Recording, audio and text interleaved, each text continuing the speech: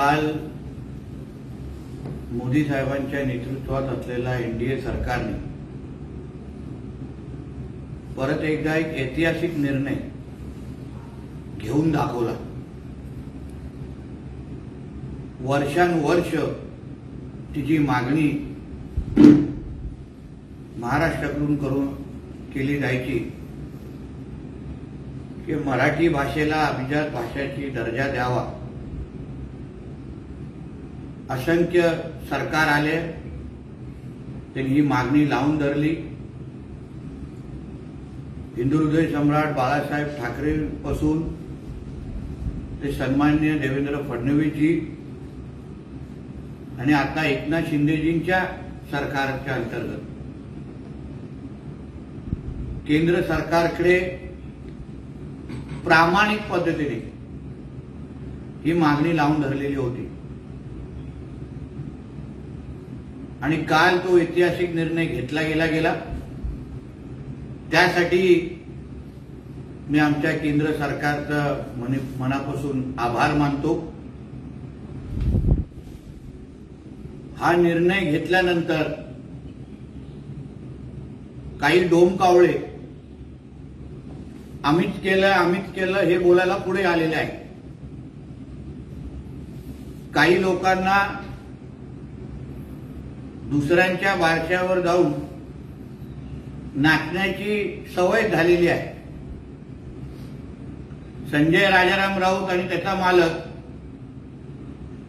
जे आता ओरड करतायत की आम्हीच हा निर्णय आमच्यामुळे झाला, आमच्या दबावामुळे झाला। पण जवळपास 8 वर्ष जेव्हा केंद्रात भारतीय जनता पक्षाच्या सरकारबरोबर हे सत्तेमध्ये होते 2014 ते 19 पर्यंत, तेव्हा उद्धव ठाकरेंनी जेवढ्या प्रामाणिक पद्धतीने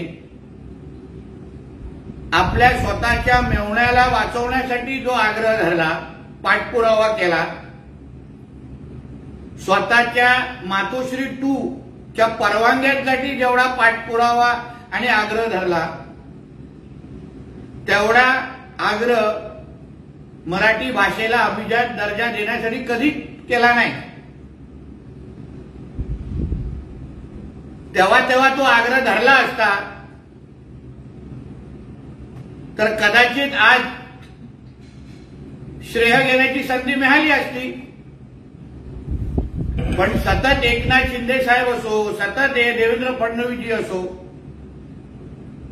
हे दिल्लीला का जातात? दिल्लीमध्ये ह्यांचा बॉस बसतो। आता कळलं की प्रामाणिक पद्धतीने राज्याचं हित समोर ठेवून आमचे मुख्यमंत्री आणि आमचे उपमुख्यमंत्री सातत्याने केंद्राच्या संपर्कात राहून ही मागणी त्यांनी धरून ठेवली। आदरणीय मोदीजींनी पण जे अजूनपर्यंत कुठल्याच पंतप्रधानांना जमलं नाही, तो ऐतिहासिक निर्णय आदरणीय मोदीजींनी घेऊन दाखवला। आणि म्हणून थोडीशी पण लाज असेल, जी नाहीच आहे मला माहिती आहे, तर मग मोदीजींचं, एकनाथ शिंदे साहेबांचं, आदरणीय देवेंद्र फडणवीसजींचं तुम्ही अभिनंदन करायला पाहिजे, आभार मानले पाहिजे। काही कसं त्यांनी हा ऐतिहासिक निर्णय महाराष्ट्रासाठी घेतला।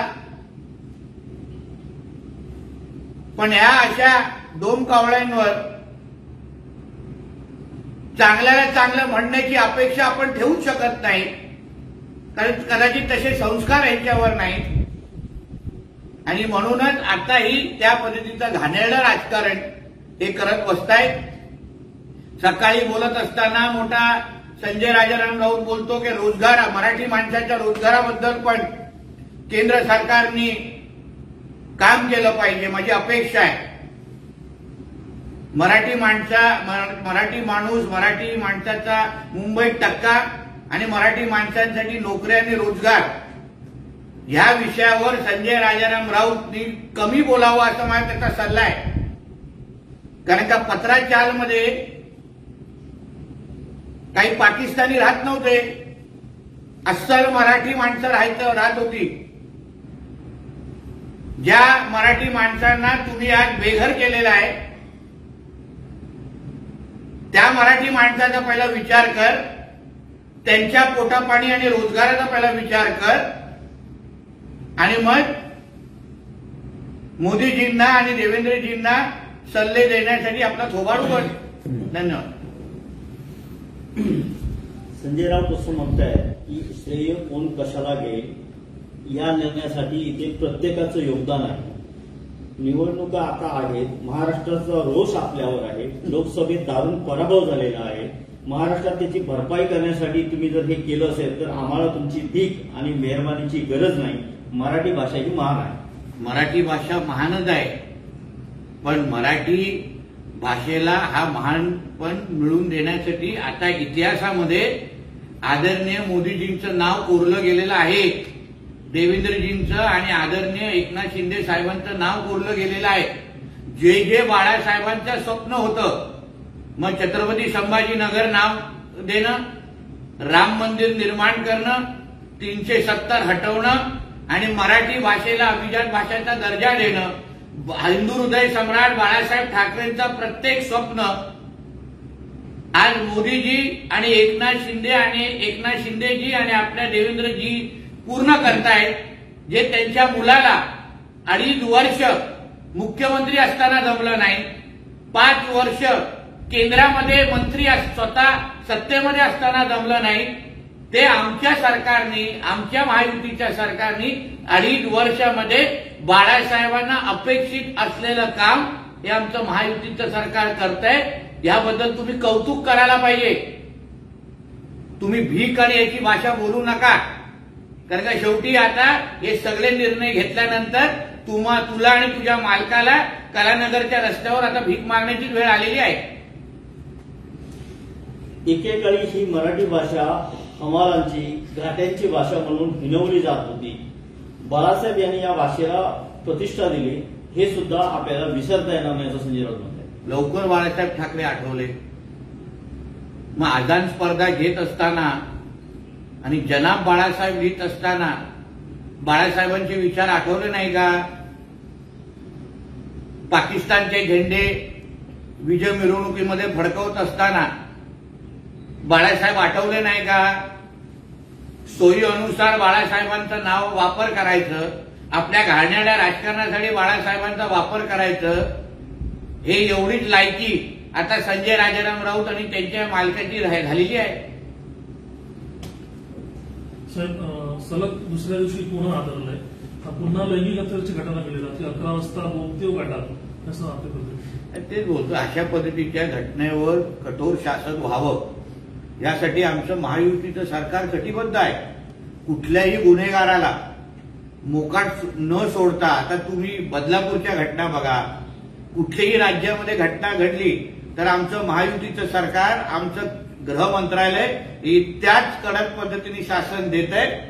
म्हणून जिथे जिथे ह्या अशा पद्धतीच्या घटना घडलेल्या आहेत तिथे त्या गुन्हेगाराची कुठलीही दयामाया दाखवली जाणार नाही, एवढं विश्वासाने सांगतो. साहेब, अरबी समुद्रात जाऊन संभाजीराजेंच्या महाराष्ट्र स्वराज्य पक्षाचे उपाध्यक्ष अंकुश कदम आणि सरचिटणीस धनंजय जाधव यांनी पाहणी केली आणि त्यांनी म्हटलंय की अरबी समुद्रातील शिवस्मारकाचे जलपूजन पंतप्रधान नरेंद्र मोदी आणि त्यावेळी राज्याचे मुख्यमंत्री आणि मंत्रिमंडळाने केलं होतं. जर स्मारक उभे करायचे नव्हते तर राजकीय फायद्यासाठी हा केलेला प्रकार महाराष्ट्र खपवून घेणार असं म्हटलंय. आता राजकीय फायदा पूर्ण घेत नव्हतं. प्रत्येकाने प्रामाणिक पद्धतीने छत्रपती शिवरायांचा अरबी समुद्रामध्ये स्मारक उभं राहावं हे प्रामाणिक पद्धतीने प्रयत्न होत होते आणि होत आहेत. त्यासाठी आमच्या विनायक मेटेजींनी पण मोठे प्रयत्न केले. म्हणून आमच्या शिवप्रेमी म्हणून आमचे जे महाराजांवर प्रेम आहे, आस्था आहे, त्यासाठी आम्हाला कोणाकडून असं सर्टिफिकेटची गरज नाही.